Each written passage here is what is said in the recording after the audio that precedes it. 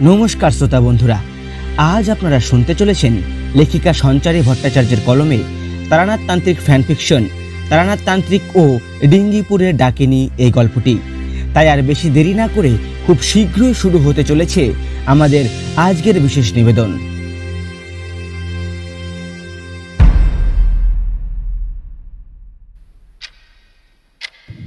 কলকাতার মটলেনের পুরনো জরাজীর্ণ বাড়িটা যেন রাতভর এক বিচিত্র আঁধারে ঢেকেছিল। ভোর হতে তখনও খানিকটা বাকি, কিন্তু তারানাথের বুকটা দুরু দুরু কাঁপছে। ঘুম ভাঙলেও ঘোর কাটছে না। কিছুক্ষণ আগেই এক দুঃস্বপ্ন দেখে ধর্মর করে উঠে বসেছেন তিনি। সেই কবেকার কথা, প্রায় 25 বছর আগে এক সাধনার ভয়াল স্মৃতি এসে যেন আজ আবার তাকে গ্রাস করছে। চোখের সামনে ভেসে উঠছে এক বীভৎস মুখ, কানে বাজছে হারিম করা হাসি। বুকের ভেতরটা কেমন শিরশির করছে, ঘাম জমেছে কপালে।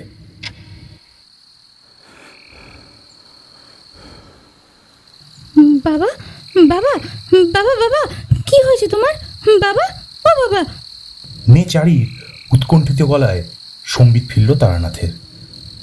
বছর 12 চারি, তার চোখে তখনও ঘুমের রেশ, কিন্তু বাবার ছটফটানি দেখে সে ছুটে এসেছে। তারানাথ থরথর করে কাঁপছেন, সারা শরীর দিয়ে যেন বিদ্যুতের ঝলক বয়ে যাচ্ছে। চারি কাছে এসে তার কাঁধে হাত রাখল, নরম হাতে কপাল থেকে ঘাম মুছে দিল। কিছু না মা, একটা খারাপ স্বপ্ন দেখছিলাম। আবারও সেই সাধনার স্বপ্ন দেখছো বুঝি?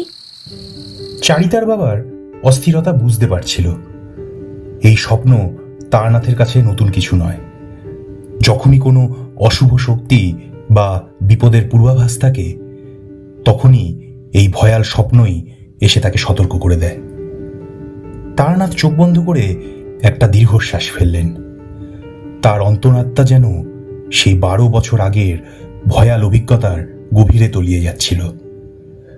দিগন্ত বিস্তৃত এক আদিম গ্রাম, যেখানে শ্মশানের ছাই আর শিয়ালের ডাক মিলেমিশে একাকার হয়ে যেত এক ভৌতিক নিস্তব্ধতায়। সেই নিস্তব্ধতার বুকে জেগে উঠত এক পৈশাচিক শক্তির উল্লাস। সেই স্মৃতি তার মস্তিষ্কের প্রতিটি কোষে আজও যেন জীবিত। হ্যাঁ মা, অনেক পুরনো একটা কথা মনে পড়ছিল। তিনি আজ রবিবার বাবা, আর তো কিছুক্ষণ পরেই কাকাবাবুরা এসে পড়বেন। গল্প শোনার জন্য অধৈর্য হয়ে আছেন হয়তো দুজনেই। 2 সপ্তাহ হয়ে গেল তারা আসতে পারেনি। তোমার কাছে বসে গল্প না শুনলে তো তাদের ভালোই লাগে না। আজকে আমার মন বলছে দেখো তারা আসবেন। দেখো, নাও নাও, তুমি আর দেরি করো না, চোখে মুখে জল দিয়ে তাড়াতাড়ি তৈরি হয়ে নাও তো দেখি।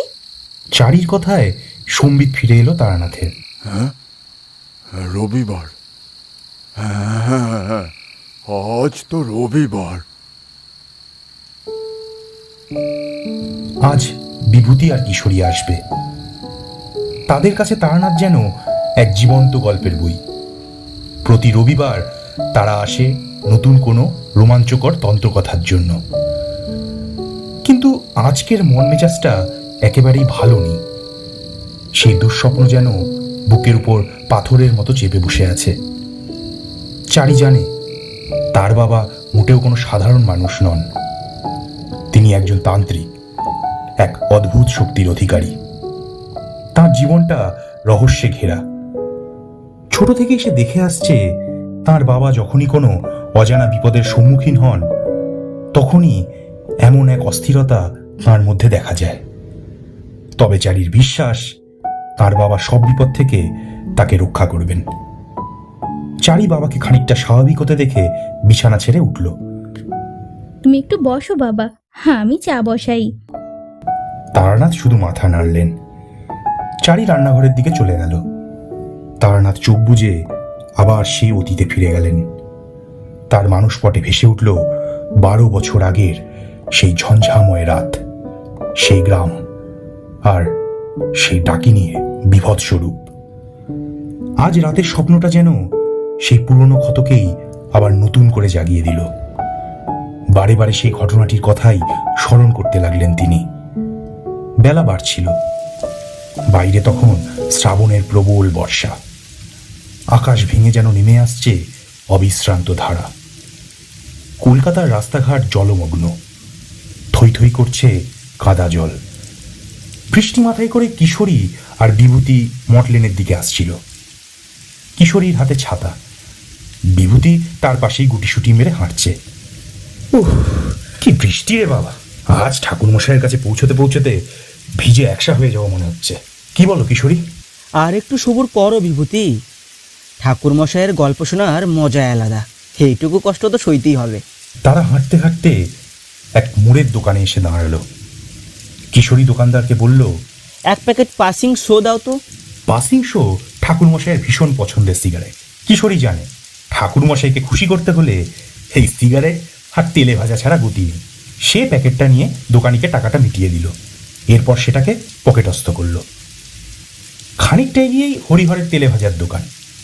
সেখানে উনুনের আগুন আর গরম তেলে ভাজা হওয়ার শব্দে বৃষ্টির শব্দ প্রায় চাপা পড়ে গেছে। দোকানের সামনে কয়েকজন লোক ভিড় করে দাঁড়িয়ে আছে। আমরা ভিড় ঠেলে দোকানে ঢুকলাম। হরিহরদা, এক ঠোঙ্গা তেলে ভাজা দাও তো। এই যে বাবা, এসে গেছো, জানতাম তোমরা আসবে। তা ঠাকুরমশাইয়ের জন্য বুঝি?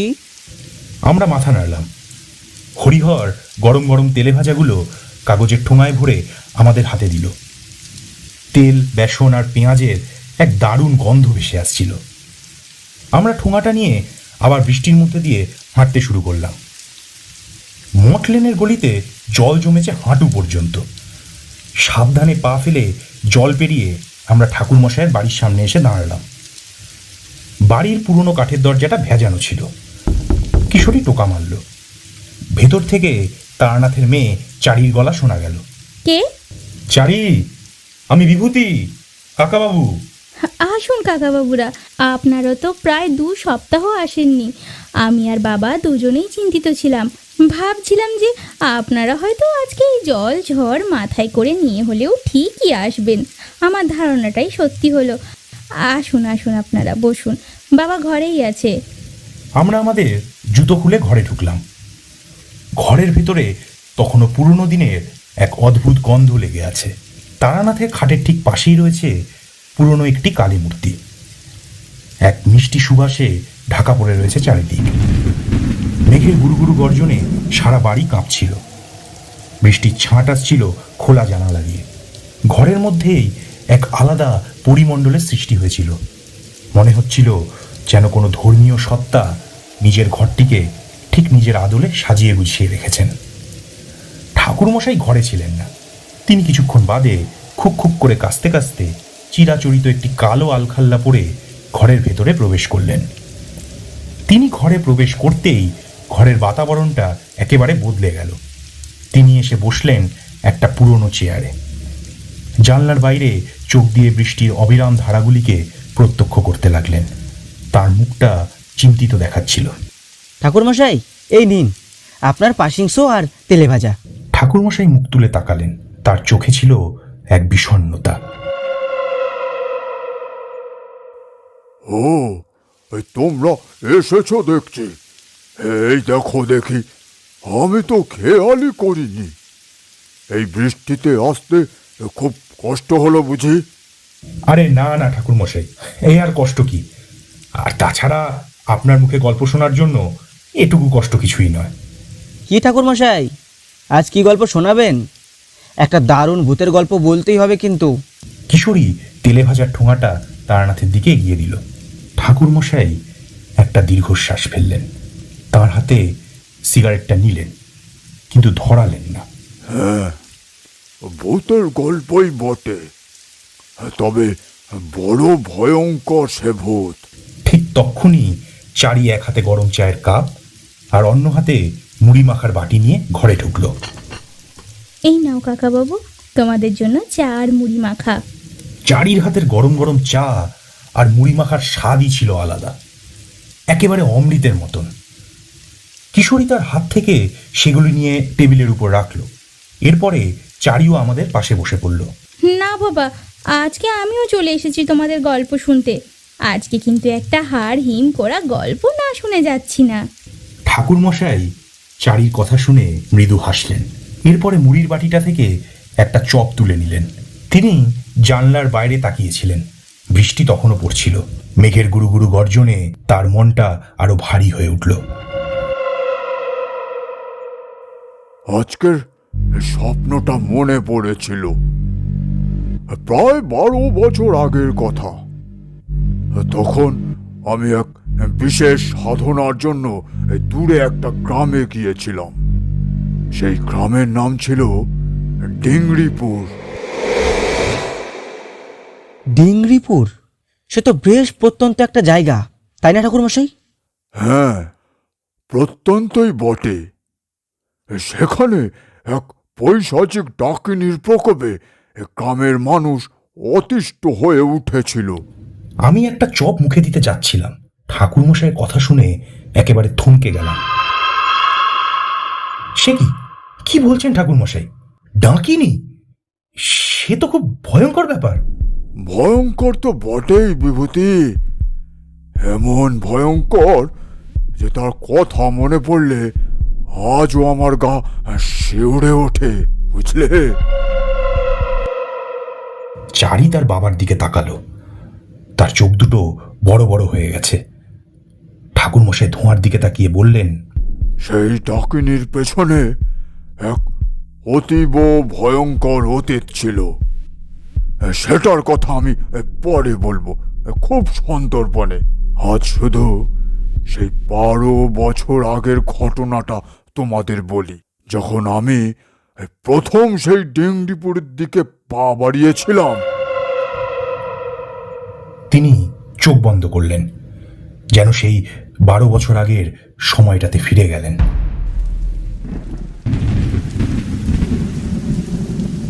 এক ঝড়ের রাতে আমি পাশের এক গ্রামে ছিলাম। এক বিশেষ পুজোর কাজে সেইখানে গিয়েছিলাম। হঠাৎ এই পাশের গায়ের থেকে এক লোক এসে আমার কুটিরে হাজির হলেন। ঝড় বৃষ্টির মধ্যে লোকটিকে দেখে আমি থমকে গেলাম। তাকে ভিতরেও আসতে বললাম। তিনি আমার কথা শুনে ভিতরে এসে মাদুরের উপরে বসলেন। পরে আলাপচারিতার মধ্যে দিয়ে জানতে পেরেছিলাম তিনি ডিংরিপুর গ্রামের মোড়ল মশাই। তার মুখ দেখে মনে হচ্ছিল যেন জম দর্শন করে এসেছেন। তিনি কাঁপতে কাঁপতে আমাকে বললেন, ঠাকুরমশাই, গ্রামটা যা থাকবে না ঠাকুরমশাই। সে ডাকিনীটা যে সব গ্রাস করে ফেলবে ঠাকুরমশাই। তার মানে সেই ডাকিনীটা কি এতই শক্তিশালী ছিল? অবিশ্বাস্য রকমের শক্তিশালী। মোড়লের কথা শুনে আমার গায়ে কাঁটা দিয়ে উঠল। গ্রামের এই অবস্থা শুনে আমি আর থাকতে পারলাম না।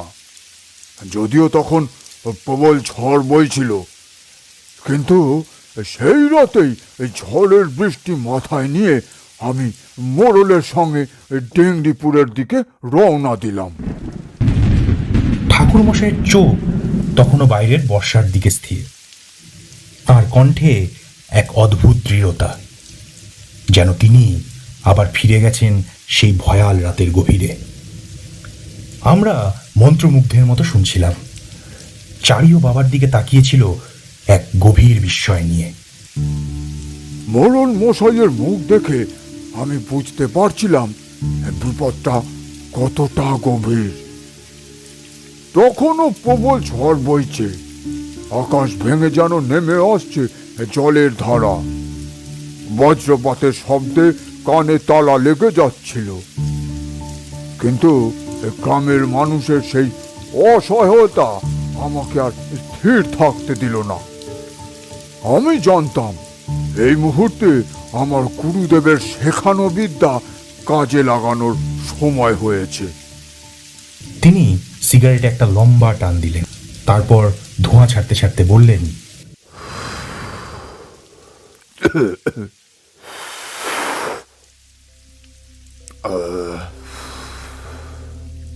গ্রামের সেই মোড়লের নাম ছিল শঙ্কর পাইন। প্রবীণ এবং বেশ বিচক্ষণ মানুষ তিনি। গ্রামের সমস্ত দায়িত্ব যেন তার এক প্রকার কাঁধেই ছিল। তিনি এক সময় আমার গুরুদেবের শিষ্যও ছিলেন, তবে যদিও তা অল্প কিছুদিনের জন্যই। সেই সুবাদেই তিনি আমাকে চিনতেন এবং জানতেন। একবার তার সামনেই আমি আমার শিক্ষার প্রয়োগও ঘটিয়েছিলাম, যা দেখে তিনি বেশ হতবাক হয়ে গিয়েছিলেন। যদিও কালচক্রে সেটা অনেক দিন আগেকার কথা। যাই হোক, তারপরেও ওনার মুখটা আমার স্মরণে ছিল বই কি, কারণ আমি যাকে একবার দেখি সহজে ভুলি না। ফলে আমার ক্ষমতা সম্পর্কে শঙ্করের আগে থেকেই একটা সুস্পষ্ট ধারণা ছিল বই কি। বুঝলাম সেই সুবাদে খোঁজ খবর পেয়ে সে সাহায্যের জন্যই আমার কাছে ছুটে এসেছে। কিন্তু ঠাকুরমশাই, আপনার কি ঝড়ের রাতে অতদূর গ্রামে যাওয়াটা ঠিক হয়েছিল? না মানে পথে যদি কোনো বিপদ আপদ হতো? বিপদ বিপদ তো প্রতি মুহূর্তে আমার সঙ্গী ছিল বিভূতি। তন্ত্র সাধকের জীবনই হলো বিপদ সংকুল। সেই ডাকিনীর প্রকোপে গোটা ডিংরিপুর গ্রামটাই তখন একটা জীবন্ত শ্মশানে পরিণত হয়েছিল। পথে হয়তো আরো বড় বিপদ অপেক্ষা করছিল, কিন্তু গ্রামের মানুষের কষ্ট আমার কাছে আরো বড় বিপদ বলে মনে হয়েছিল। চারি তার বাবার দিকে তাকিয়ে দেখল, তার চোখ দুটি কেমন যেন উজ্জ্বল হয়ে উঠেছে। তারানাথ বরাবরই এমন, অন্যের কষ্ট দেখলে তিনি স্থির থাকতে পারেন না। আমরা যখন ডিংরিপুরের কাছাকাছি পৌঁছালাম তখন ভোর হতে আর বেশি দেরি নেই, কিন্তু তখনও আকাশ মেঘে বেশ ঢাকা ছিল। মনে হচ্ছিল যেন দিনের আলো ফুটতেই চাইছে না। গ্রামের প্রবেশ পথেই এক অদ্ভুত নিস্তব্ধতা অনুভূত হলো। সাধারণত ভোরে মুরগির ডাক শোনা যায়, বিভিন্ন পাখির ডাক শোনা যায়, গরুর ডাক শোনা যায়, কিন্তু সেদিন সব একেবারে নিস্তব্ধ ছিল। নিস্তব্ধতা মানে? কেউ সেখানে ছিল না ঠাকুরমশাই? ছিল সবাই, কিন্তু সে অন্যরকম থাকা।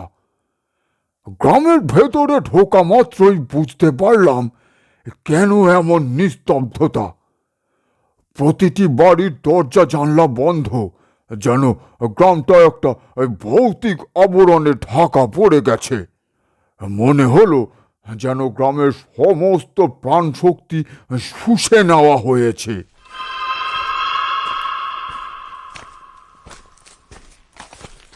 শঙ্কর মোড়ল আমাকে একটা বাড়িতে নিয়ে গেলেন, যেটা গ্রামের মাঝখানেই ছিল।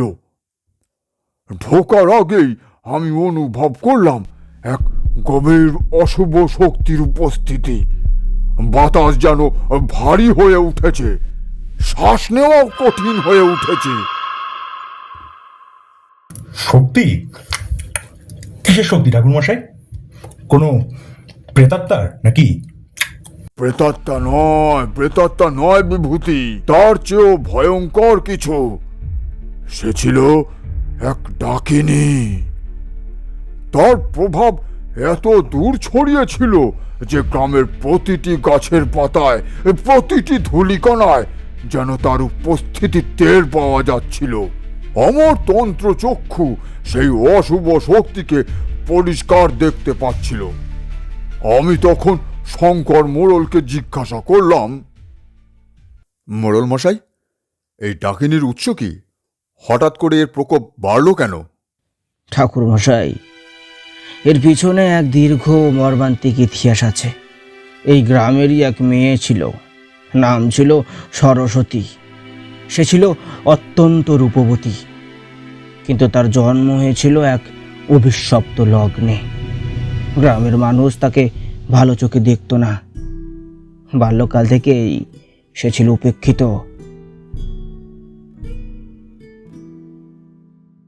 উপেক্ষিত কেন ঠাকুরমশাই? শুধুই কি জন্মলগ্ন খারাপ ছিল নাকি অন্য কিছু কারণ ছিল? হ্যাঁ কিশোরী, শুধু তাই নয়, তার মা তাকে জন্ম দিতে গিয়ে মারা গিয়েছিলেন। লোকে বলতো সে নাকি অপয়া। তার বাবাও তাকে পরিত্যাগ করেছিলেন। তাই সে ছোট থেকেই এক বৃদ্ধার কাছে মানুষ হয়েছিল, যে কিনা ছিল গ্রামের এক প্রান্তে থাকা এক জীর্ণ কুটিরে।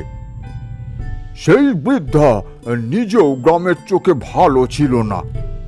তার বিরুদ্ধে নাকি এই কালা জাদু চর্চার অভিযোগও ছিল।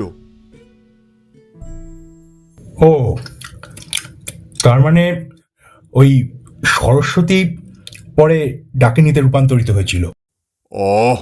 ধৈর্য ধরো বিভূতি, ধৈর্য ধরো। মোড়ল মশাই বলতে লাগলেন, সরস্বতী যত বড় হতে লাগলো তার রূপ তত খুলতে লাগলো। গ্রামের কিছু যুবক তাকে ভালোবাসতেও শুরু করলো, কিন্তু গ্রামের মোড়ল ও মাতব্বররা তাকে কখনোই মেনে নিতে পারেনি। তারা তাকে এক ডাইনি বলতো। একদিন এক অমানুষিক ঘটনা ঘটল। গ্রামের কয়েকজন যুবক সরস্বতীর ওপর কুনজর দিল। তারা তাকে তুলে নিয়ে গিয়ে মানসিক এবং শারীরিক অত্যাচারও করল। চারি মুখ ঢেকে ফেলল। ঠাকুরমশাইয়ের কণ্ঠস্বর আরো ভারী হয়ে উঠল। মোড়ল মশাইয়ের কথা শুনে আমার সারা শরীর যেন হিম হয়ে গেল। সমাজ কিভাবে একজন নিরীহ মেয়েকে এমন নৃশংসভাবে আক্রমণ করতে পারে? আর তারপরই শুরু হলো আসল বিভীষিকা। কি হলো তারপর? সেই রাতেই, যে রাতে সরস্বতীকে অত্যাচার করা হয়েছিল, গ্রামের ওপর এক অদ্ভুত অন্ধকার নেমে এলো। আকাশে মেঘ ছিল না, কিন্তু চারিদিকে যেন এক গভীর কালো চাদরে ঢেকে গিয়েছিল। পরদিন সকালে সেই যুবকদের মৃতদেহ পাওয়া গেল গ্রামের শ্মশানের পাশে। তাদের শরীর থেকে যেন প্রাণ শক্তি শুষে নেওয়া হয়েছিল। চোখ দুটো খোলা, কিন্তু শরীর একেবারে নিষ্প্রাণ। গ্রামবাসীরা ভয়ে থরথর করে কাঁপতে লাগলো। সেটা কি ওই সরস্বতীর কাজ ছিল? গ্রামবাসীরা তো তাই মনে করত। তারা বলতো সরস্বতী আত্মহননের পথ বেছে নিয়েছিল, কিন্তু কিন্তু তার আত্মা নাকি এক ভয়ানক অশুভ শক্তিতে রূপান্তরিত হয়েছিল, যা গ্রামের ওপর প্রতিশোধ নিতে ফিরে এসেছিল। প্রথম প্রথম তা শুধু যুবকদের ওপরই আঘাত হানত। তারপর আস্তে আস্তে গ্রামের সকলের উপর তার প্রভাব পড়তে শুরু করলো। গ্রামের মানুষ একটার পর একটা অদ্ভুত রোগে আক্রান্ত হতে লাগলো। তাদের শরীর শুকিয়ে যেত, প্রাণ বেরিয়ে যেত, কিন্তু কোনো চিকিৎসায় কোনো কাজই হতো না। ফসলের ক্ষেত শুকিয়ে যেত, গবাদি পশুর মৃত্যু হতে লাগলো। গ্রামটা ধীরে ধীরে মৃত্যুর কোলে ঢলে পড়ছিল। মোড়ল মশাই বুঝতে পারছিলেন, যদি কিছু না করা হয় তবে ডিংরিপুর নামক এই গ্রামের অস্তিত্বই মুছে যাবে। ঠাকুরমশাই সিগারেটটা ছাইদানিতে রাখলেন। আবার মেঘের গর্জন শোনা গেল। তাদের সামনে তখন ডিংরিপুর গ্রামের এক করুণ ছবি ভেসে উঠছিল, যেখানে এক সুন্দরী মেয়ে অভিশপ্ত হয়ে এক ডাকিনীতে রূপান্তরিত হয়েছে, আর তার ক্রোধ গ্রাস করেছে গোটা গ্রামকে। ঠাকুরমশাই চুপচাপ বসেছিলেন। তার চোখে তখনও সেই 12 বছর আগের স্মৃতি ভাসছে। মেঘের গর্জন আর বৃষ্টির ছাঁট যেন সেই ভয়াল পরিবেশকে আরো জীবন্ত করে তুলছিল। আমরা মন্ত্রমুগ্ধের মতো ওনার দিকে তাকিয়েছিলাম। ঠাকুরমশাই কথা শুনে আমিও কিছুক্ষণ চুপ করে রইলাম। এই ধরনের ডাকিনীদের দমন করা সহজ কাজ নয়। এদের শক্তি সাধারণ প্রেতাত্মার চেয়ে অনেক বেশি, কারণ এরা জীবিত অবস্থায় মানুষের ক্রোধ, ঘৃণা আর অপমানের শিকার হয়ে এক পৈশাচিক শক্তিতে রূপান্তরিত হয়। কিন্তু ঠাকুরমশাই, আপনি তো তন্ত্রবিদ্যা জানতেন, তাহলে কি সেটা দিয়েও ওই ডাকিনীকে দমন করা খুব কঠিন কোনো ব্যাপার ছিল? কঠিন তো বটেই বিভূতি, কারণ এই ধরনের শক্তিকে দমন করতে হলে তাদের উৎস সম্পর্কে জানতে হয়। তাদের ক্রোধের কারণ কি, কেন তারা এমন ভয়ঙ্কর রূপ ধারণ করেছে, এইসব না জানলে শুধু মন্ত্র বা শক্তি দিয়ে তাদের সম্পূর্ণভাবে দমন করা যায় না। এরা শুধু শরীরকে নয়, আত্মাকেও আঘাত করতে পারে। সব কথা শুনে শঙ্কর মোড়লকে আমি বললাম, মোড়ল মশাই, এই ডাকিনীকে দমন করতে হলে তার উৎপত্তির পুরো কাহিনী আমাকে জানতে হবে। কেন সরস্বতীর এমন ভয়ঙ্কর রূপে ফিরে এলো সে বিষয়ে বিস্তারিত বলুন আমাকে। মোড়ল মশাই তখন চোখের জল মুছতে মুছতে আমাকে নিয়ে গেলেন গ্রামের এক প্রান্তে, যেখানে সেই সরস্বতীর ভিটা ছিল। এখন সেটা জীর্ণ ও পরিত্যক্ত কুটির, চারিদিকে আগাছায় ভরা, যেন প্রকৃতির অভিশাপ নেমেছে সেই স্থানের ওপরে। সেখানে গিয়ে কি দেখলেন ঠাকুরমশাই? সেখানে গিয়ে কুটিরের ভেতরে ঢুকতেই এক অদ্ভুত ঠান্ডা অনুভব করলাম, যেন বাতাসের প্রতিটি কণায় এক পুরনো ব্যথা আর ক্রোধ মিশে আছে। মোড়ল মশাই আমাকে সেই বৃদ্ধার কথা বললেন, যার কাছে সরস্বতী মানুষ হয়েছিল।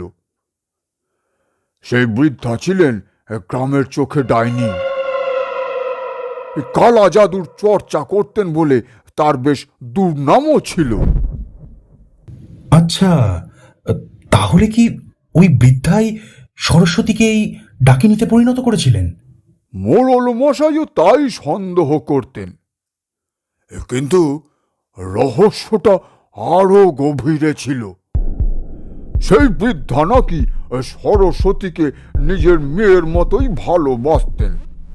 তিনি তাকে সমস্ত তন্ত্রমন্ত্রও শিখিয়েছিলেন, কিন্তু সেটা আত্মরক্ষার জন্য। বৃদ্ধা জানতেন সরস্বতীর জন্মলগ্নে এক অশুভ যোগ ছিল, যা তাকে ভবিষ্যতে বিপদের মুখেও ঠেলে দিতে পারত। তাই তিনি চেয়েছিলেন সরস্বতী যেন নিজেকে অন্তত রক্ষাটা করতে পারে।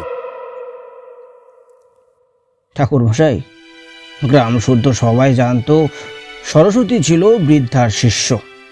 তাই যেদিন গ্রামের কিছু মানুষ তাকে অত্যাচার করে হত্যা করে, সেদিন গ্রামবাসীরা এই ঘটনার জন্য সেই বৃদ্ধাকেই দোষারোপ করে। তারা ভাবে বৃদ্ধা নিশ্চয়ই সরস্বতীকে এমন জাদু শিখিয়েছিলেন যা দিয়ে গ্রামের সর্বনাশ ঘটাচ্ছে। চারি বাবার মুখের দিকে তাকিয়েছিল। আমি কুটিরের চারপাশটা ভালো করে পরীক্ষা করলাম। প্রাচীন তন্ত্রশাস্ত্রের নিয়ম অনুযায়ী যে কোনো অশুভ শক্তির উৎসস্থলকে চিনতে হয়। কুটিরের ভেতরের বাতাসে এক তীব্র দুঃখ আর বঞ্চনার গন্ধ পাচ্ছিলাম। আমার মনে হচ্ছিল এই ডাকিনী শুধু প্রতিশোধের জন্যই ফেলেনি, তার পেছনে ছিল এক গভীর বেদনা। মোড়ল মশাই আমাকে নিয়ে গেলেন গ্রামের শ্মশানের কাছে, যেখানে সেই যুবকদের মৃতদেহ পাওয়া গিয়েছিল। শ্মশানের পরিবেশটা আরো ভয়ঙ্কর ছিল। বাতাসে পচা গন্ধ আর গাছগুলোতেও যেন এক অদ্ভুত কালো আভা লেগেছিল। সেখানে দাঁড়িয়ে মোড়ল মশাই আমাকে সেই ওই ভয়ঙ্কর রাতের কথা শোনালেন, যেদিন সরস্বতীকে হত্যা করা হয়েছিল সেই রাতের কথা। মোড়ল মশাই বলছিলেন সেদিন সন্ধ্যায় তিনি নাকি গ্রাম থেকে একটু দূরে ছিলেন পারিবারিক কাজে। যখন তিনি ফিরলেন তখন অনেক রাত হয়ে গিয়েছিল। গ্রামে ফিরে এসে তিনি দেখেন একটা অস্বাভাবিক নিস্তব্ধতা, তার সাথে যোগ হয়েছিল কুকুরের অদ্ভুত চিৎকার, যা সাধারণত মৃত্যু বা অশুভ কিছুর ইঙ্গিত করে।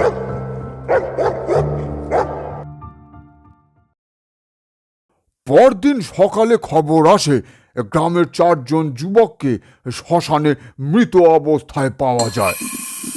তাদের শরীর নাকি একেবারে শুকিয়ে গিয়েছিল, যেন তাদের প্রাণ শক্তি শুষে নেওয়া হয়েছিল। চোখ দুটো ছিল খোলা কিন্তু নিষ্প্রাণ। গ্রামবাসীরা ভয়ে অস্থির হয়ে ওঠে। সে কি? তবে ওইটা ওই ডাকিনীর কাজ ছিল? গ্রামবাসীরা তো সেটাই মনে করত। তারা নিশ্চিত ছিল যে সরস্বতী আত্মহননের পথ বেছে নিয়েছিল, কিন্তু তার আত্মা এক ভয়ঙ্কর ডাকিনীতে রূপান্তরিত হয়ে প্রতিশোধ নিতে ফিরে এসেছে। তারা এই ঘটনার জন্য সেই বৃদ্ধাকে দোষারোপ করতে লাগলো। তারা ভাবল বৃদ্ধাই সরস্বতীকে জাদুবিদ্যা শিখিয়েছিল, যা দিয়ে সে এমন ভয়ঙ্কর কাজ করেছে। ভয়ে তারা আর বৃদ্ধার কাছে ঘেঁষত না। গ্রামের মানুষ কেন সরস্বতীকে এত ভয় পেত বাবা? সেই ঘটনার পর থেকেই গ্রামে একের পর এক অশুভ ঘটনা ঘটতে শুরু করলো। প্রথমে গ্রামের মানুষ অসুস্থ হতে লাগলো, তাদের শরীর শুকিয়ে যেতে লাগলো। কোনো চিকিৎসাতেই কাজ হচ্ছিল না। তারপর ফসলের ক্ষেত শুকিয়ে যেতে লাগলো, গবাদি পশুর মৃত্যু হতে লাগলো। ধীরে ধীরে গ্রামের সমস্ত আনন্দ, সমস্ত উৎসব যেন হারিয়ে যেতে লাগলো। মানুষ একে অপরের ওপর আস্থা হারাতে শুরু করলো। ভয়ে মানুষ ঘর থেকে আর বেরোতে চাইতো না। গ্রামটা যেন এক মৃত্যু উপত্যকায় পরিণত হয়েছিল। আমি মোড়ল মশাইয়ের কথা মন দিয়ে শুনছিলাম। আমার তন্ত্র চক্ষু দিয়ে আমি দেখছিলাম সেই গ্রামে এক ভয়ঙ্কর শক্তি বাসা বেঁধেছে। সেই শক্তি শুধু শরীরকে নয়, মানুষের মনকেও গ্রাস করেছিল। আমি মোড়ল মশাইকে বললাম, আপনি চিন্তা করবেন না মোড়ল মশাই, আমি এই ডাকিনীকে দমন করবই, আর গ্রামকে তার প্রভাব থেকে মুক্ত করব। আমাকে আরও গভীরে যেতে হবে। এই ডাকিনীর আসল উদ্দেশ্য কি এবং কিভাবে তাকে সম্পূর্ণরূপে দমন করা যায়, তার জন্য আমাকে কিছু বিশেষ সাধনাও করতে হবে। আমাকে একটা নির্জন জায়গা দেখান, যেখানে আমি আমার গুরু দেবী মধুসুন্দরী দেবীর কাছে প্রার্থনা করতে পারব।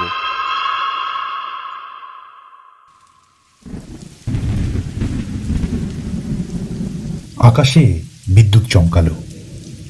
ঠাকুরমশাইয়ের মুখটা এক অদ্ভুত আলোয় ঝলসে উঠল। আমরা একে অপরের দিকে তাকালাম। আমাদের সামনে তখন এক নতুন অধ্যায় উন্মোচিত হতে চলেছিল। ঠাকুরমশাই খানিকক্ষণ চুপ করে রইলেন, যেন তিনি সেই নির্জন স্থানে আবার ফিরে গিয়েছিলেন, যেখানে তিনি তার গুরুদেবীর কাছে প্রার্থনা করছিলেন। বাইরে বৃষ্টির রেশ তখনও কাটেনি। জানলার কাঁচ বেয়ে জল গড়িয়ে পড়ছে।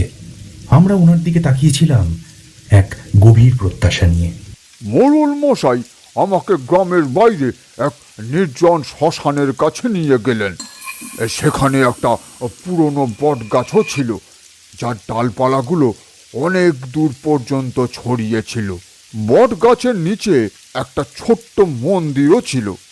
তাতে কোনো বিগ্রহ ছিল না, শুধু একটা ভাঙা পাথরের বেদি ছিল। শ্মশান? এত জায়গা থাকতে আপনি শ্মশানে গিয়েছিলেন সাধনা করতে? হ্যাঁ বিভূতি, তান্ত্রিক সাধকদের জন্য শ্মশানই উপযুক্ত স্থান, কারণ সেখানে জাগতিক মায়া থেকে মুক্ত থাকা যায়। সেখানে শক্তিকে সহজে অনুভবও করা যায়। আমি মোড়ল মশাইকে বললাম, মোড়ল মশাই, এই বটগাছের নিচে আমি সাধনা করব। যতক্ষণ না আমি দেবীর কৃপা লাভ করছি ততক্ষণ কেউ যেন আমার ধারে কাছে না আসে, এটা আপনি একটু খেয়াল রাখবেন। আমি সাধনায় বসলাম। আমার গুরুদেবী মধুসুন্দরী দেবীর ধ্যান করতে শুরু করলাম। রাত গভীর হতে লাগলো, চারপাশটা যেন আরো অন্ধকার হয়ে এলো। ঝোড়ো হাওয়া বইছিল তখন, গাছের পাতাগুলো সরসর করে আওয়াজ করছিল। মনে হচ্ছিল যেন প্রকৃতিও আমার সাধনায় যোগ দিয়েছে। চারি তার বাবার দিকে তাকালো। ঠাকুর মশাই মুখটা তখন কেমন যেন অচেনা লাগছিল, যেন এক অলৌকিক দীপ্তি তার চেহারায় ফুটে উঠেছিল। আমি গভীর ধ্যানে নিমগ্ন ছিলাম। আমার চারপাশে সবকিছু যেন বিলীন হয়ে গিয়েছিল। শুধু আমার গুরুদেবের মন্ত্র আর আমার একাগ্রতা। যত সময় যাচ্ছিল ততই আমার শরীরের ভেতরে এক অদ্ভুত শক্তি অনুভব করতে পারছিলাম। আমার সাধনা চলছিল ঘন্টার পর ঘন্টা। কষ্ট হচ্ছিল না ঠাকুর মশাই? কষ্ট তো ছিলই বিভূতি, তবে সাধনার সময় সেই কষ্ট আর কষ্ট বলে মনে হয় না। সেটা যেন এক অন্যরকম অনুভূতি, যা আমাকে আরো গভীরে নিয়ে যাচ্ছিল। সেসব তোমরা বুঝবে না। যাই হোক, হঠাৎ এক সময় আমার মনে হলো আমার চোখের সামনে এক তীব্র আলো জ্বলে উঠল।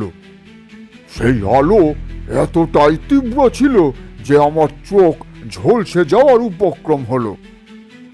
আমি চোখ বন্ধ করে ফেললাম। তারপর যখন চোখ খুললাম তখন দেখলাম আমার সামনে এক দিব্য জ্যোতির্ময় রূপ।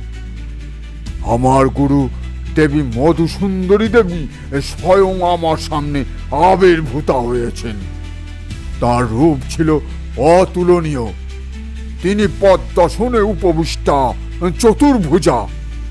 তার এক হাতে বরাভয় মুদ্রা, অন্য হাতে জ্ঞান মুদ্রা, আর বাকি দুই হাতে রুদ্রাক্ষের মালা ও একটি ত্রিশূল। তার মুখমণ্ডল থেকে যেন দিব্য আভা বিচ্ছুরিত হচ্ছিল। তার প্রতিটি লোমকূপ থেকে যেন অমৃত ঝরে পড়ছিল। তার আবির্ভাবে চারপাশের পরিবেশ যেন শান্ত ও স্নিগ্ধ হয়ে উঠল। তার মানে দেবী আপনার সামনে দেখা দিয়েছিল? হ্যাঁ বিভূতি, আমার সাধনায় সন্তুষ্ট হয়ে তিনি আমাকে বরাবরের মতো আবার দেখা দিয়েছিলেন। আমি তার পায়ে গিয়ে লুটিয়ে পড়লাম। আমার চোখ দিয়ে জল গড়িয়ে পড়ছিল। কতদিনের প্রতীক্ষা, কতদিনের সাধনা, আজ আজ আমার গুরুদেবী আমার সামনে আবির্ভূতা হয়েছেন। দেবী দেবী তার বরাভয় মুদ্রা দিয়ে আমাকে আশীর্বাদ করলেন। তারপর তার দিব্য কণ্ঠে বললেন, বৎস তারানাথ, তোমার সাধনায় আমি সন্তুষ্ট। তুমি ডিউরিপুর গ্রামের মানুষদের কষ্ট লাঘব করতে এসেছো আমি জানি। আমি তোমাকে সেই ডাকিনীকে দমন করার উপায় এবং অস্ত্র দেব। অস্ত্র? কি অস্ত্র ঠাকুর মশাই? দেবী আমাকে একটি রুদ্রাক্ষের মালা দিলেন এবং বললেন, এই মালা তোমাকে সেই ডাকিনীর মায়া থেকে রক্ষা করবে। আর একটু ত্রিশূল দিলাম, যা সাধারণ ত্রিশূল নয়, এটি এক সিদ্ধ ত্রিশূল। এই ত্রিশূলের বশে সেই ডাকিনী তার আসল রূপ ধারণ করবে এবং তার শক্তি দুর্বল হয়ে পড়বে। আমাবস্যার রাতে তার সঙ্গে যুদ্ধ করো, সে তখন সবচেয়ে দুর্বল থাকবে। দেবী আমাকে ডাকিনীর সম্পর্কে আরো অনেক কথাই বললেন, অনেক তথ্য দিলেন। সেই ডাকিনী আসলে সরস্বতী নয়। সরস্বতীর আত্মা এখনো এই জগতের মায়া ত্যাগ করতে পারেনি, তবে তার ভেতর এক পৈশাচিক শক্তি প্রবেশ করেছে, যা তাকে ব্যবহার করে গ্রামের ওপর নিজের প্রভাব বিস্তার করছে। সেই শক্তিকে ধ্বংস করতে হলে সরস্বতীর আত্মার প্রতিও সহানুভূতিশীল হতে হবে। সরস্বতীকে যারা অত্যাচার করেছিল তাদের পৈশাচিক শক্তি ডাকিনীকে গ্রামে আসার পথ দেখিয়েছিল। সেই শক্তি সরস্বতীর আত্মাকে অপবিত্র করে তবে ভেতরে প্রবেশ করেছিল। তাই সেই ডাকিনীকে দমন করার পর সরস্বতীর আত্মাকে মুক্তি দিতে হবে। দেবীর কৃপায় আমি এক নতুন শক্তি লাভ করলাম। আমার ভেতরে যেন এক নতুন আত্মবিশ্বাস জেগে উঠল। আমি বুঝতে পারছিলাম এখন আমি সেই ডাকিনীর সঙ্গে লড়াই করার জন্য একদম প্রস্তুত। যখন আমার ধ্যান ভাঙল তখন সূর্য উঠে গেছে। মোড়ল মশাই আমার জন্য অধীর আগ্রহে অপেক্ষা করছিলেন। আমি তাকে সমস্ত কথাই খুলে বললাম। মোড়ল মশাই আমাকে বিশ্বাস করলেন, কারণ তিনি জানতেন আমার গুরুদেবের শক্তি অপার। তারানাথের চোখে তখন এক উজ্জ্বল আলো। তিনি যেন আবারও সেই অমিত তেজে ফিরে গেছেন। মোড়ল মশাইকে আমি বললাম, মোড়ল মশাই, আজ অমাবস্যা, আজ রাতেই আমি সেই ডাকিনীর সঙ্গে শেষ লড়াই করব, কিন্তু তার আগে আমাকে গ্রামের সমস্ত মানুষকে একত্রিত করতে হবে, তাদের ভয় দূর করতে হবে, তাদের সাহস জোগাতে হবে। আমরা অবাক চোখে তাকিয়ে থাকলাম। ঠাকুর মশাইয়ের চোখ দুটো জ্বলে উঠছিল। তার কথায় যেন এক অদম্য শক্তি আর দৃঢ়তা ফুটে উঠছিল। চারি, কিশোরী আর আমি মন্ত্রমুগ্ধের মতো শুনছিলাম। বাইরে বৃষ্টির দাপট কিছুটা কমে এলো, মেঘের গর্জন মাঝে মাঝে শোনা যাচ্ছিল। মোড়ল মশাই, আজ অমাবস্যা, আজ রাতেই সেই ডাকিনী সবচেয়ে দুর্বল থাকবে। এই সুযোগ হাতছাড়া করা যাবে না, কিন্তু তার আগে গ্রামের সব মানুষকে একত্রিত করতে হবে, তাদের ভয় দূর করতে হবে এবং সাহস যোগাতে হবে। কিন্তু ঠাকুর মশাই, গ্রামের মানুষ তো ডাকিনীর ভয়ে অস্থির হয়েছিল। তাদের কি একত্রিত করা খুব সহজ ছিল? সহজ ছিল না বিভূতি। গ্রামের প্রতিটি মানুষ তখন ভয় সিটিয়েছিল। তাদের মনে ছিল ডাকিনীর প্রতি এক গভীর আতঙ্ক। তারা মনে করত ডাকিনী সব কিছু দেখতে পায়, সব কিছু শুনতে পায়। তাই তারা তার বিরুদ্ধে কোনো কথা বলাও যেন মৃত্যু সমান বলে মনে করত। মোড়ল মশাই আমাকে গ্রামের প্রধানদের বাড়িতে নিয়ে গেলেন। প্রথমে তারা আমার কথা শুনতে চাইল না। তাদের মুখে শুধু একটাই কথা, ঠাকুরমশাই, আপনি যে করে হোক ডাকিনীকে শান্ত করুন ঠাকুরমশাই। আমরা যার পারছি না ঠাকুরমশাই। আমাদের ছেলে মেয়েদের বাঁচাতে হবে আপনাকে ঠাকুরমশাই। শান্ত করতে চাইছিল, তারা ডাকিনীকে দমন করার কথা ভাবছিল না ঠাকুরমশাই।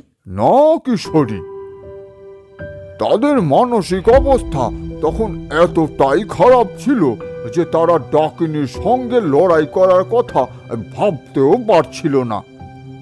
তারা শুধু মুক্তি চাইছিল, যে কোনো উপায়ে।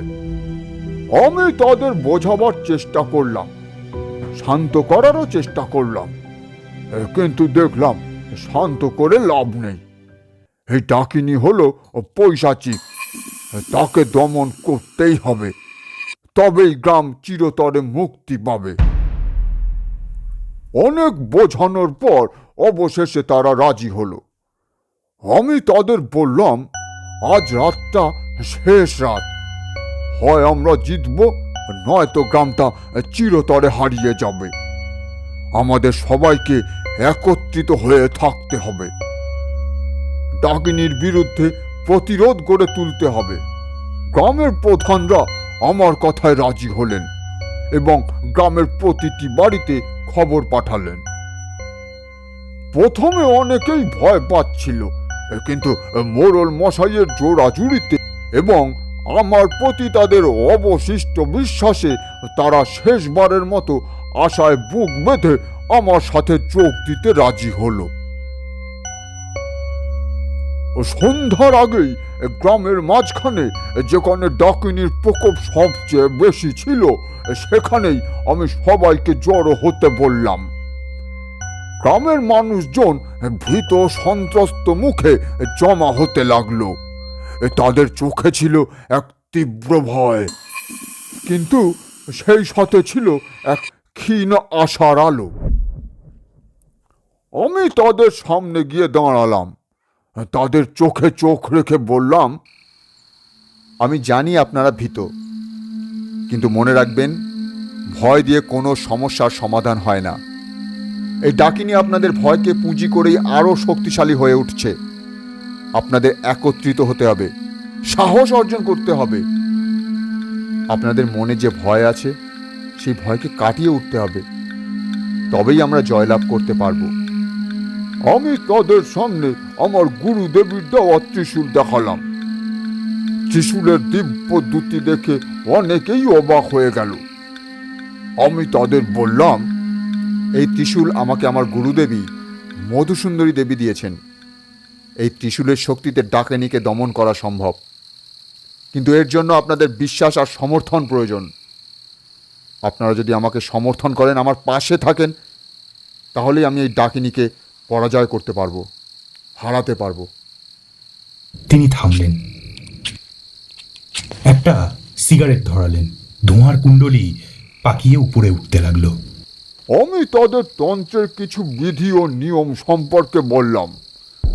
এই ধরনের ডাকিনীরা সাধারণত মানুষের দুর্বলতা এবং নেতিবাচক শক্তি থেকে পুষ্টি লাভ করে। তাই তাদের ভয়কে জয় করতে না পারলে তাদের দমন করা অসম্ভব। আমি তাদের বললাম, আমাদের সকলকে একত্রিত হয়ে মন্ত্রপাঠ করতে হবে, যা ডাকিনীর শক্তিকে দুর্বল করে দেবে।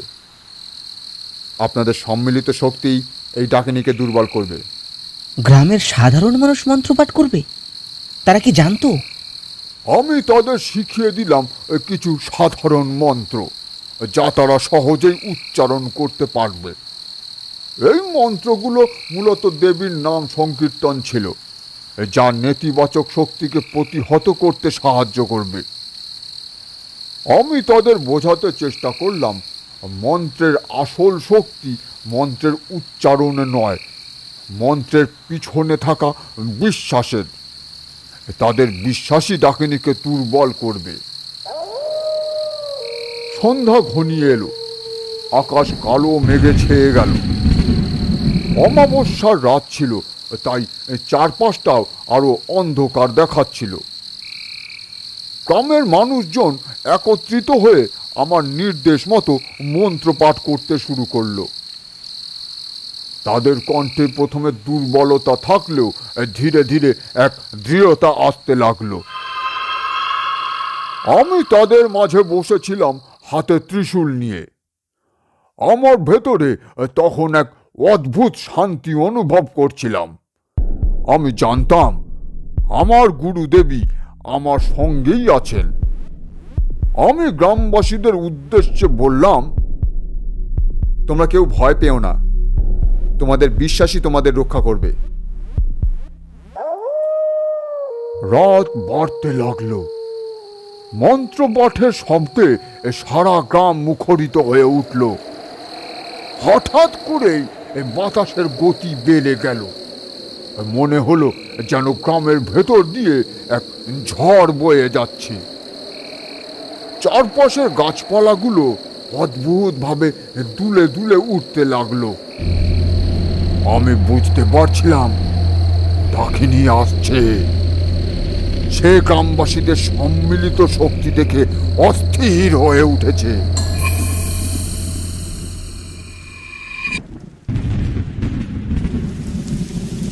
কিশোরী ভয়ে জড়সড় হয়ে বসেছিল। আমি আমার চপটা শেষ করে তারানাথের মুখের দিকে তাকিয়েছিলাম। আমাদের সামনে তখন সেই ভয়াল রাতের এক জীবন্ত ছবি ভেসে উঠছিল, যেখানে গ্রামের মানুষজন এক ভয়াল ডাকিনীর বিরুদ্ধে একত্রিত হয়েছে, আর তাদের নেতৃত্ব দিচ্ছে তারানাথ তান্ত্রিক। ঠাকুরমশাই এবার গালে হাত দিয়ে গভীর চিন্তায় মগ্ন হলেন। তার মুখ দেখে মনে হচ্ছিল যেন সেই ভয়াল অমাবস্যার রাত তাঁর চোখের সামনে আবার ফিরে এসেছে। আমরা শ্বাসরুদ্ধ করে অপেক্ষা করছিলাম।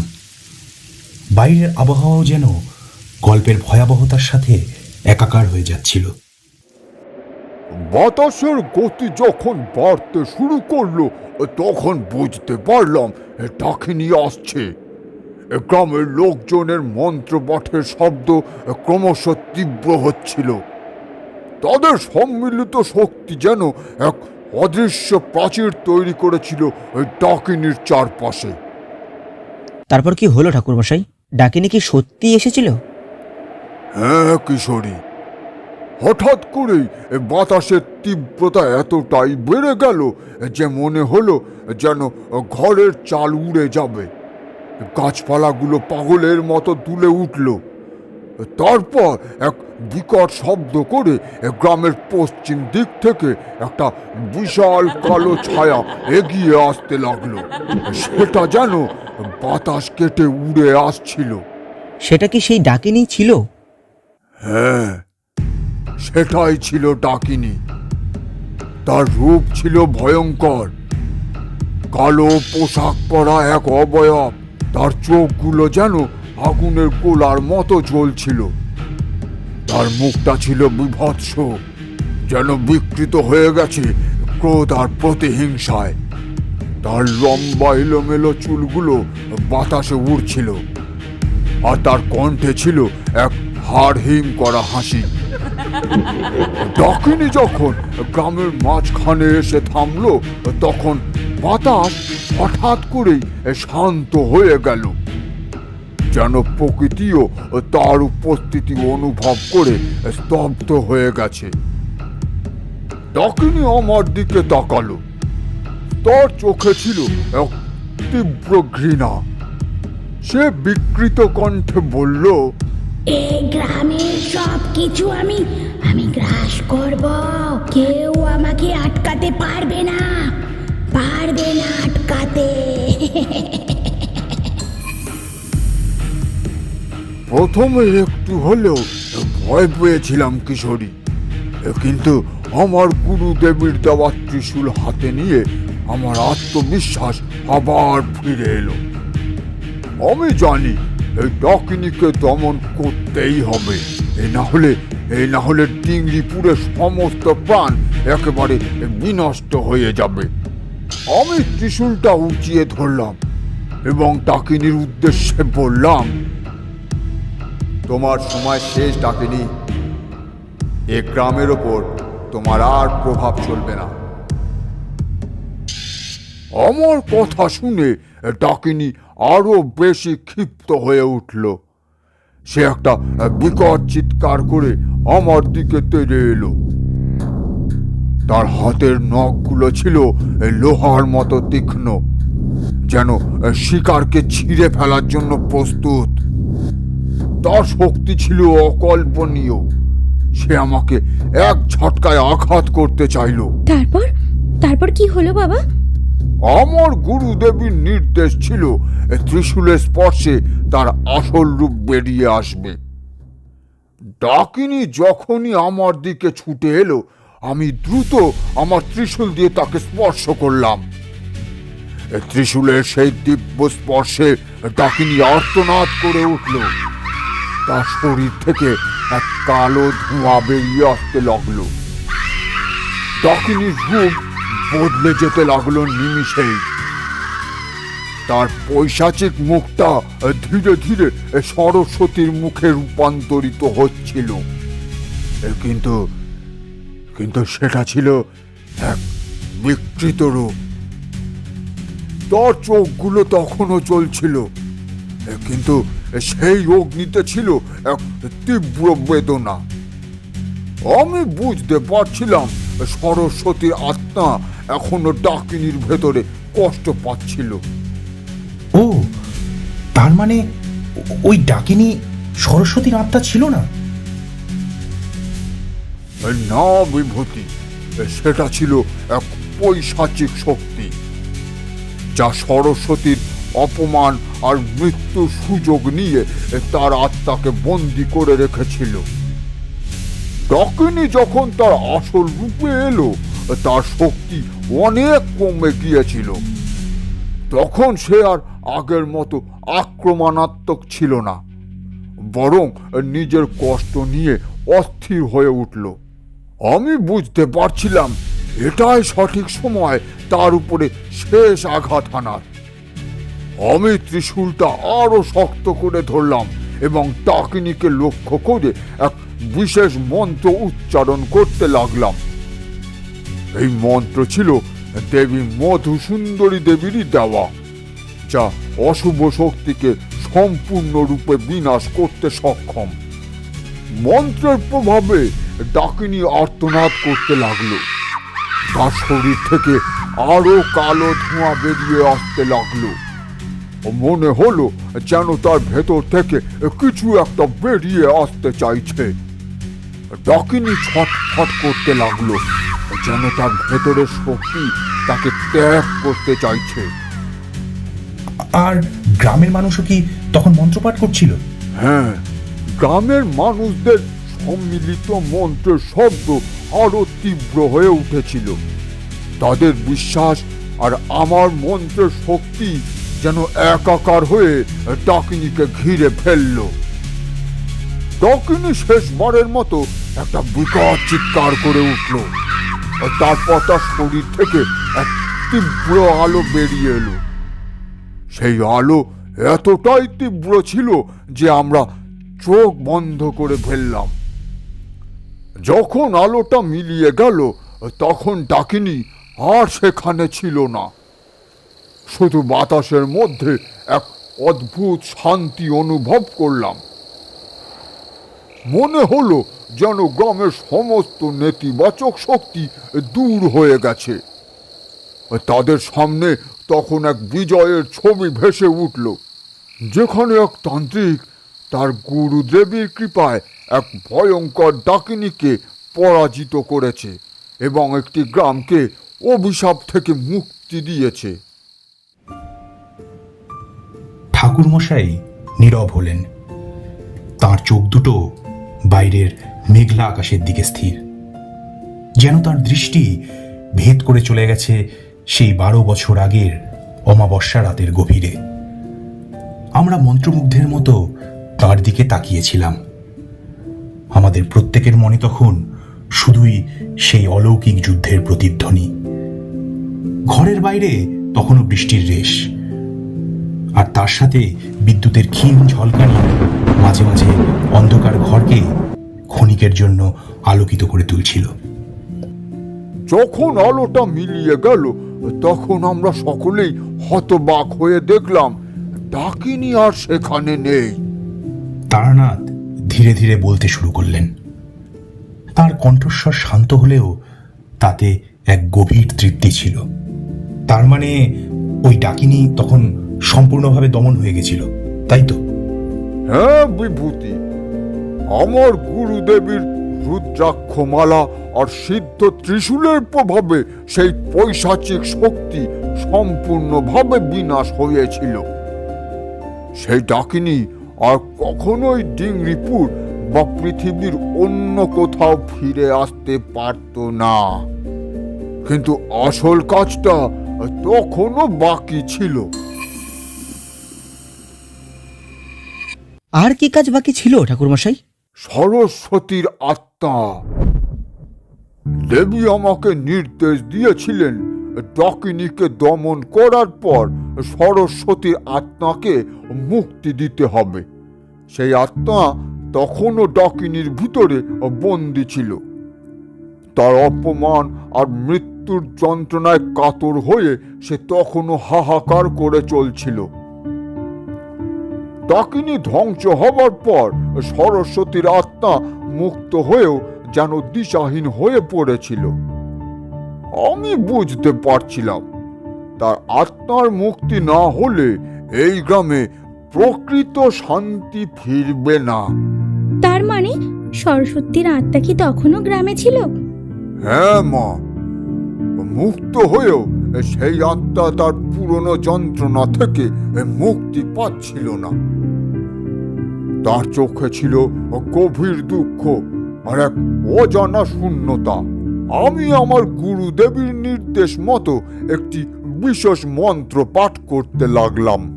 এই মন্ত্র ছিল আত্মাদের মুক্তির মন্ত্র। মন্ত্র পাঠের সাথে সাথে আমি ত্রিশূলের অগ্রভাগ দিয়ে আকাশের দিকে ইশারা করলাম। আমার মন্ত্রের প্রভাবে সরস্বতীর আত্মা ধীরে ধীরে আমার দিকে এগিয়ে আসতে লাগলো। তার মুখটা তখন অনেকটাই শান্ত দেখাচ্ছিল, তবে তার চোখ দুটোতে তখনও ছিল বেদনার রেশ। আমি তাকে দেখে বুঝতে পারছিলাম তার জীবনে কতটা কষ্ট ছিল, আর গ্রামের মানুষের কাছে সে কতটা অপমানের শিকার হয়েছিল। তাহলে সরস্বতীর প্রতি আপনার একটু সহানুভূতি ছিল, তাই না? অবশ্যই সহানুভূতি থাকবে না কেন বিভূতি?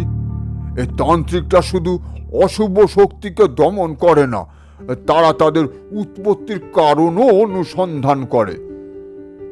সরস্বতী ডাকিনীতে রূপান্তরিত হয়েছিল তার নিজের ইচ্ছায় নয়, বরং সমাজের অনাচার আর তার প্রতি ঘটে যাওয়া অন্যায় তাকে এই পথে ঠেলে দিয়েছিল। তাই তাকে মুক্তি দেওয়া আমার কর্তব্য ছিল। আমি সরস্বতীর আত্মাকে বললাম, তোমার মুক্তি ঘটেছে সরস্বতী, তুমি আর কষ্ট পেও না। তোমার প্রতি যে অন্যায় হয়েছিল তার ফল গ্রামের মানুষ পেয়েছে। এখন তুমি শান্তি পাও, একটু শান্ত হও। তার আত্মা কি কথা বলেছিল ঠাকুরমশাই? না কিশোরী, আত্মারা সরাসরি কথা বলে না, কিন্তু তাদের অনুভূতি আমি বেশ বুঝতে পারি। আমার কথা শুনে সরস্বতীর আত্মায় যেন এক অদ্ভুত শান্তি নেমে এলো। তার মুখটা আরো শান্ত হলো এবং তার চোখে যে শূন্যতা ছিল তাও ধীরে ধীরে মিলিয়ে গেল।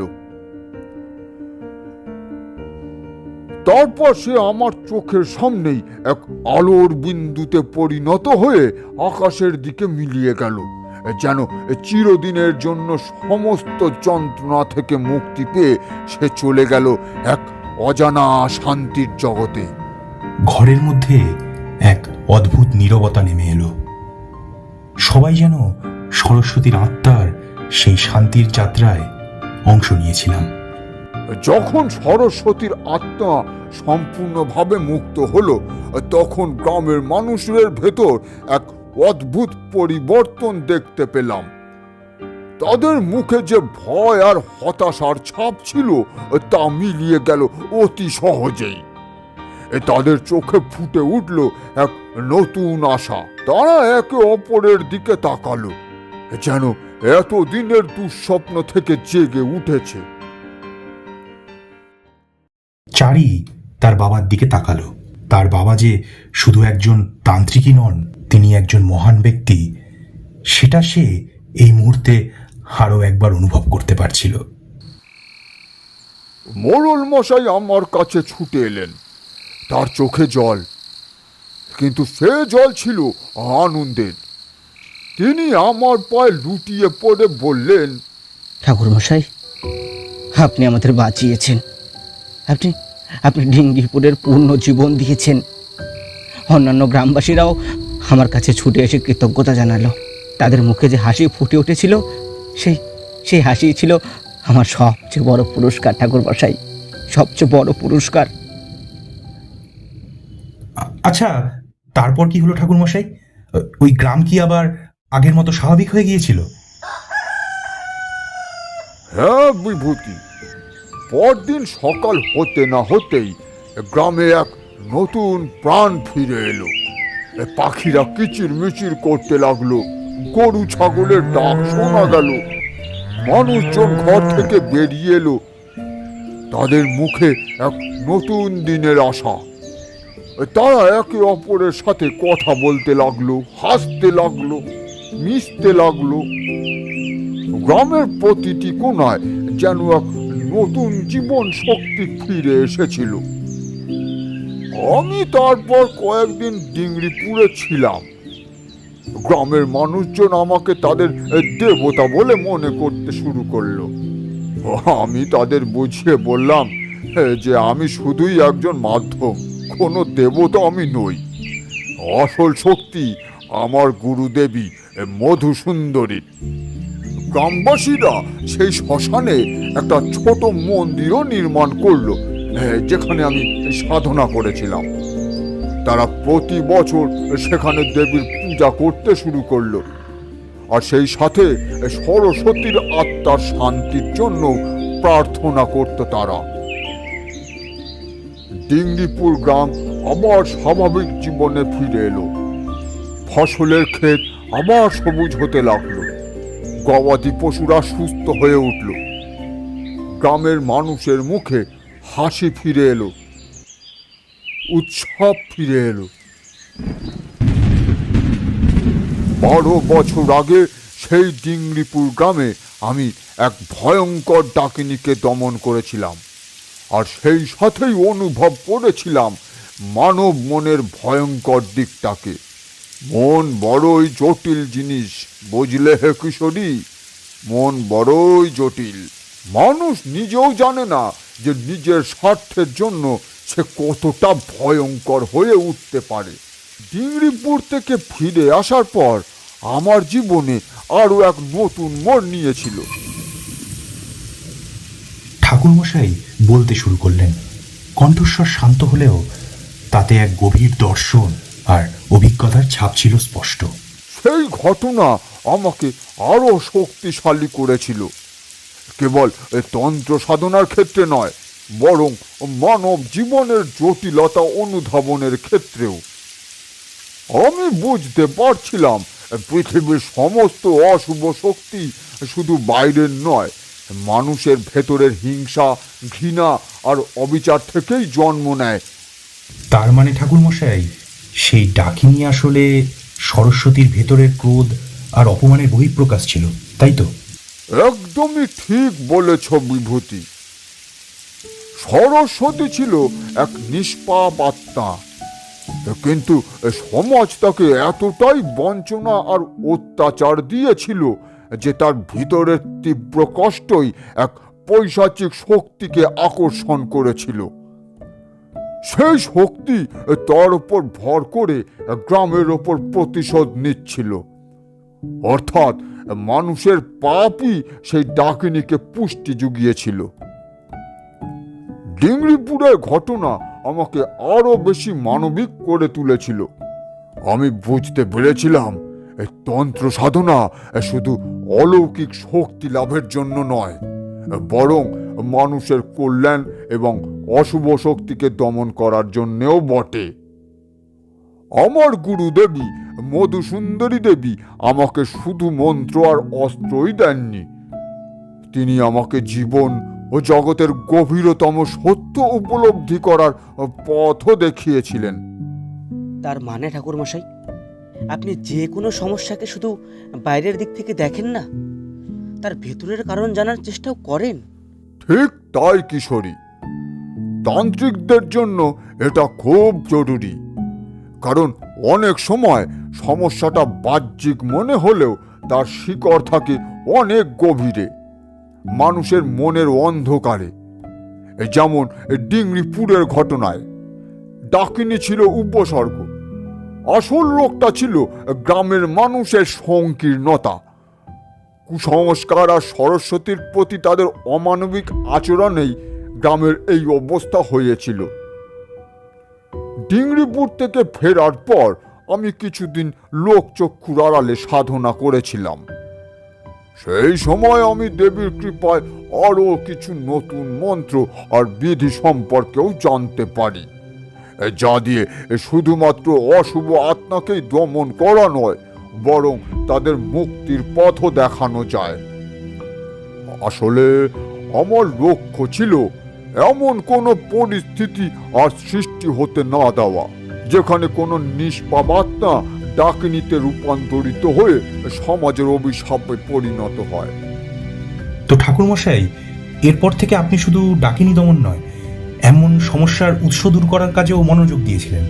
হ্যাঁ বিভূতি, এরপর থেকে আমি যখনই কোনো অশুভ শক্তির প্রকোপ সম্পর্কে জানতে পারতাম, তখন তার উৎসের গভীরে যাওয়ার চেষ্টা করতাম। বেশিরভাগ ক্ষেত্রেই দেখা গেছে এই ধরনের অশুভ শক্তির পেছনে মানুষের কোনো না কোনো পাপ বা অন্যায় জড়িয়ে আছে। হয় লোভ, নয় হিংসা, নয়তো অবিচার। টিংরিপুর আমাকে শিখিয়েছিল যে তন্ত্র কেবল মন্ত্র বা জাদু নয়, এটা হলো এক গভীর জ্ঞান, যা দিয়ে জীবনের অন্ধকার দিকগুলোকে আলোকিত করা যায়। এরপর আমি অনেক গ্রামেই গিয়েছি, অনেক অশুভ শক্তির মুখোমুখিও হয়েছি। প্রতিবারই সেই টিংরিপুরের অভিজ্ঞতা আমাকে পথ দেখিয়েছে।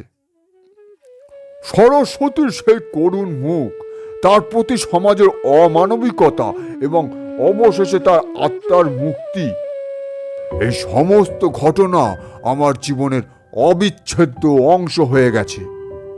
ডিংরিপুর গ্রামের সেই মানুষজন আমার প্রতি গভীর শ্রদ্ধাশীল ছিল। তারা প্রতি বছর আমাকে আমন্ত্রণ করত তাদের গ্রামে। তারা দেবীর পূজা করত, সরস্বতীর আত্মার শান্তির জন্য প্রার্থনাও করত। গ্রামটা সত্যি আবার প্রাণবন্ত হয়ে উঠেছিল। তাদের বিশ্বাস আর সংহতিই ছিল তাদের সবচেয়ে বড় শক্তি। একবার সেখানে গিয়ে জানতে পারলাম, ডাকিনীকে দমন করলেও মানুষের মনের মধ্যে থাকা কুসংস্কার গ্রামটিকে নতুন করে গ্রাস করতে শুরু করেছে। কারণ ডাকিনী দমিত হলেও মানুষের মধ্যে থাকা হিংসা আর বিভেদের নীতি আবারও গ্রামটিকে দ্বিখণ্ডিত করে দিতে চাইছিল। এর সাথে লড়াই করতে পারাটা অত্যাধিক মুশকিল হয়ে উঠেছিল। মানুষ একে অপরের বিরুদ্ধে ষড়যন্ত্র করতে শুরু করেছিল। ঐক্য ছিল না, মিলমিশ ছিল না, দুর্নীতিতে ভরে উঠেছিল সেই গ্রাম। আর আমি জানতাম, দুর্নীতির থেকেই পাপের জন্ম হয়, আর পাপ মানেই আবারও কোনো দুর্যোগ, আবারও কোনো অপশক্তির তাণ্ডব। সেই ভয়ই আমাকে কুঁড়ে কুঁড়ে খাচ্ছিল। মোড়ল মশাই যখন আমাকে সেই ভয়ঙ্কর ষড়যন্ত্রের কথা বললেন, তখন আমার মনে হলো যেন এক বিরাট জট খুলে গেল। আমি বুঝতে পারছিলাম, শুধু ডাকিনীকে দমন করলেই হবে না, গ্রামের মানুষের মনের ভেতরে যে অন্ধকার বাসা বেঁধেছে তাকেও দূর করতে হবে। এটাই ছিল আমার সাধনার চূড়ান্ত লক্ষ্য। তোমাদেরকে তাহলে ডাকিনী দমনের সেই রাতের কথাটা আবারও বলতে হবে। এতক্ষণ তো শুধুই ডাকিনী দমনের কথাই বলেছি, পরের আঁচ পাওয়া সেই ষড়যন্ত্রের কথা আর বলা হয়ে ওঠেনি। এবারে তোমাদেরকে সেটাই বলতে চাই, শোনো তবে মন দিয়ে। অমাবস্যার রাতে ডাকিনীকে দমন করার পর যখন গ্রামের মানুষজন আনন্দ আর স্বস্তিতে উল্লাসিত হচ্ছিল, আমি মোড়ল মশাইকে নিয়ে তাদের সামনে এসে দাঁড়ালাম। মোড়ল মশাই প্রথমে ইতস্তত করছিলেন, কিন্তু আমি তাকে সাহস জোগালাম। আমি তাকে বললাম, মোড়ল মশাই, এই সত্য প্রকাশ না করলে গ্রাম পুরোপুরি মুক্তি পাবে না। মোড়ল মশাই কম্পিত কণ্ঠে গ্রামের মানুষের কাছে সমস্ত সত্য প্রকাশ করলেন। তিনি বললেন কিভাবে গ্রামের কিছু প্রভাবশালী ব্যক্তি সরস্বতীকে অপবিত্র করা ষড়যন্ত্র করেছিল, কিভাবে তারা চেয়েছিল বৃদ্ধার ক্ষমতা হ্রাস করতে, আর কিভাবে তাদের লোভ আর হিংসায় টিংরিপুরের উপর অভিশাপ ডেকে এনেছিল। গ্রামবাসীরা প্রথমে অবিশ্বাস করেছিল, তারপর ধীরে ধীরে তাদের মুখে বিস্ময়, ভয় এবং অবশেষে গভীর অনুশোচনা ফুটে উঠল। গ্রামবাসীরা কি সেই প্রভাবশালী ব্যক্তিদের বিরুদ্ধে কোনো পদক্ষেপ নিয়েছিল ঠাকুরমশাই? হ্যাঁ কিশোরী, সত্য যখন উন্মোচিত হলো তখন গ্রামের মানুষজন ক্ষোভে ফেটে পড়ল। তারা সেই প্রভাবশালী ব্যক্তিদের গ্রাম থেকে বিতাড়িত করল। তাদের এই পদক্ষেপ প্রমাণ করল যে তারা তাদের ভুল বুঝতে পেরেছিল এবং ন্যায় প্রতিষ্ঠার জন্য প্রস্তুত ছিল। গ্রামের মানুষজন সেই বৃদ্ধার প্রতিও ক্ষমা চাইল, এই যার বিরুদ্ধে তারা এতদিন কালা জাদুর অপবাদ দিয়েছিল। আমি তাদের বোঝাতে চেষ্টা করলাম যে সরস্বতীকে দোষারোপ করে বা বৃদ্ধাকে ডাইনি বলেও অপবাদ দিয়ে কোনো লাভ নেই। আসল দোষ ছিল তাদেরই মনের অন্ধকার আর অমানবিকতায়। গ্রামবাসীরা আমার কথা শুনল। তারা সরস্বতীর আত্মার শান্তির জন্য বিশেষ প্রার্থনা সভারও আয়োজন করল। সেদিন ডিঙ্গিপুর শুধু ডাকিনীর মায়াজাল থেকেই প্রভাব মুক্ত হয়নি, তারা নিজেদের পাপ থেকেও মুক্তি পেয়েছিল। এই তো কল্পনাতীত। একজন তান্ত্রিকের কাজ শুধু ভূত তাড়ানো নয়, মানুষের মন পরিবর্তন করাও তার কাজের মধ্যে পড়ে। ঠিক তাই বিভূতি। তন্ত্রের মূল উদ্দেশ্যই হলো সত্য এবং ন্যায়ের পথে চলা। ডিঙ্গিপুরের ঘটনা আমাকে এই মৌলিক সত্যটা আরো ভালোভাবে উপলব্ধি করতে সাহায্য করেছিল। এরপর আমি কিছুদিন সেই গ্রামেই ছিলাম। গ্রামবাসীদের সাথে কথা বলতাম, তাদের বোঝাতাম কিভাবে তারা নিজেদের ভুল থেকে শিক্ষা নিয়ে একটি শক্তিশালী এবং সংহতিপূর্ণ গ্রাম হিসাবে গড়ে উঠতে পারে। আমি তাদের শিখিয়েছিলাম কিভাবে দেবীর মন্ত্র পাঠের মাধ্যমে নিজেদের মনকে শুদ্ধ রাখা যায়, আর কিভাবে নেতিবাচক চিন্তা থেকে দূরে থাকা যায়। তারা প্রতিদিন সন্ধ্যায় একত্রিত হয়ে দেবীর নাম সংকীর্তন করত। সেই মন্ত্রের প্রভাবে গ্রামের পরিবেশ এতটাই ইতিবাচক হয়ে উঠেছিল যে মনে হতো যেন দেবীর দিব্য আশীর্বাদ পুরো গ্রামকে ঘিরে রেখেছে। গ্রামের মানুষজন আমার প্রতি গভীর শ্রদ্ধাশীল ছিল। তারা আমাকে তাদের দেবতা বলে মনে করতে শুরু করেছিল, কিন্তু আমি তাদের বোঝাতাম যে আমি শুধুই একজন মাধ্যম। আসল শক্তি আমার গুরু দেবী মধুসুন্দরী দেবীর, এবং তাদের নিজেদের বিশ্বাস আর সংহতি তাদের সবচেয়ে বড় শক্তি। সেই ডিঙ্গিপুর গ্রাম এখন কেমন আছে ঠাকুরমশাই? এখনো ভালোই আছে। অনেক বছর হয়ে গেল। প্রজন্মের পর প্রজন্ম ধরে সেখানে দেবীর পূজা হয় এবং গ্রামবাসীরা নিজেদের মধ্যে সংহতি বজায় রাখে। তারা শিখেছে যে কুসংস্কার আর হিংসা কিভাবে একটি গ্রামের সর্বনাশ ডেকে আনতে পারে, আর কিভাবে ঐক্য আর বিশ্বাস সেসব দূর করতে পারে। সেই গ্রাম এখন এক উদাহরণ কিভাবে মানুষের সম্মিলিত শক্তি যে কোনো অশুভকে পরাজিত করতে পারে। তিনি জানলার বাইরে তাকালেন। বৃষ্টি প্রায় থেমে এসেছে। সেই ডিঙ্গিপুরের অভিজ্ঞতা আমার জীবনের সবচেয়ে গুরুত্বপূর্ণ অধ্যায় ছিল। সেই অমাবস্যার রাত, সেই ঝড়, সেই ডাকিনী আর সরস্বতীর সেই করুণ মুখ, সবকিছুই আমাকে পথ দেখিয়েছে। এই অভিজ্ঞতাই আমাকে আমার জীবনের আসল উদ্দেশ্য বুঝতে সাহায্য করেছে। আচ্ছা ঠাকুরমশাই, আজ তাহলে উঠি। আজকের এই গল্পটা কিন্তু অসাধারণ ছিল। তবে বাইরের এখন যা আবহাওয়া, এখন না বেরোলে আবারও ধেয়ে বৃষ্টি নামতে পারে। তখন বাড়ি ফেরা একেবারে দুঃসাধ্য ব্যাপার হবে।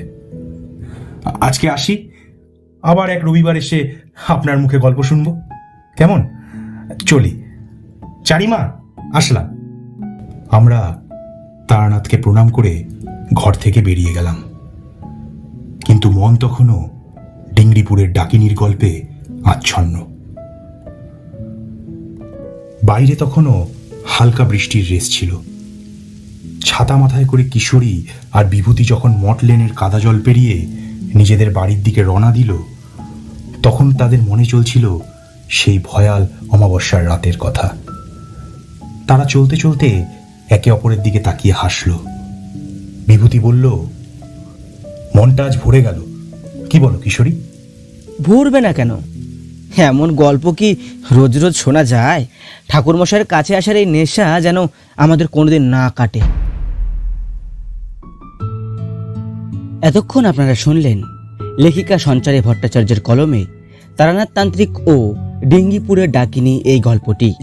গল্প পাঠ ও বিভূতির চরিত্রে ছিলেন সনক, তারানাথ তান্ত্রিকের চরিত্রে ছিলেন নিরুপম, চারি এবং ডাকিনীর চরিত্রে ছিলেন পৌতুষা, দেবীর কণ্ঠে ছিলেন দেবিকা, গ্রামের প্রধান হরিহর এবং কিশোরীর ভূমিকায় আমি প্রভাত।